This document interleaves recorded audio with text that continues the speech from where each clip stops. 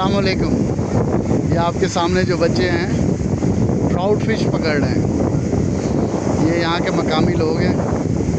ऊपर आबशार से पानी आ रहा है और चश्मे के पानी में मछलियाँ मैंने आपको पहले दिखाई दी। और ये क्या कर रहे हैं बच्चे, मछलियाँ पकड़ रहे हैं। 2 मछलियाँ पकड़ी थी इससे पहले, 2 पकड़ी। कोई पकड़ी गई मछली, आवाज़ दो। शिबू ओए, वो शिबू मछली पकड़ी आ।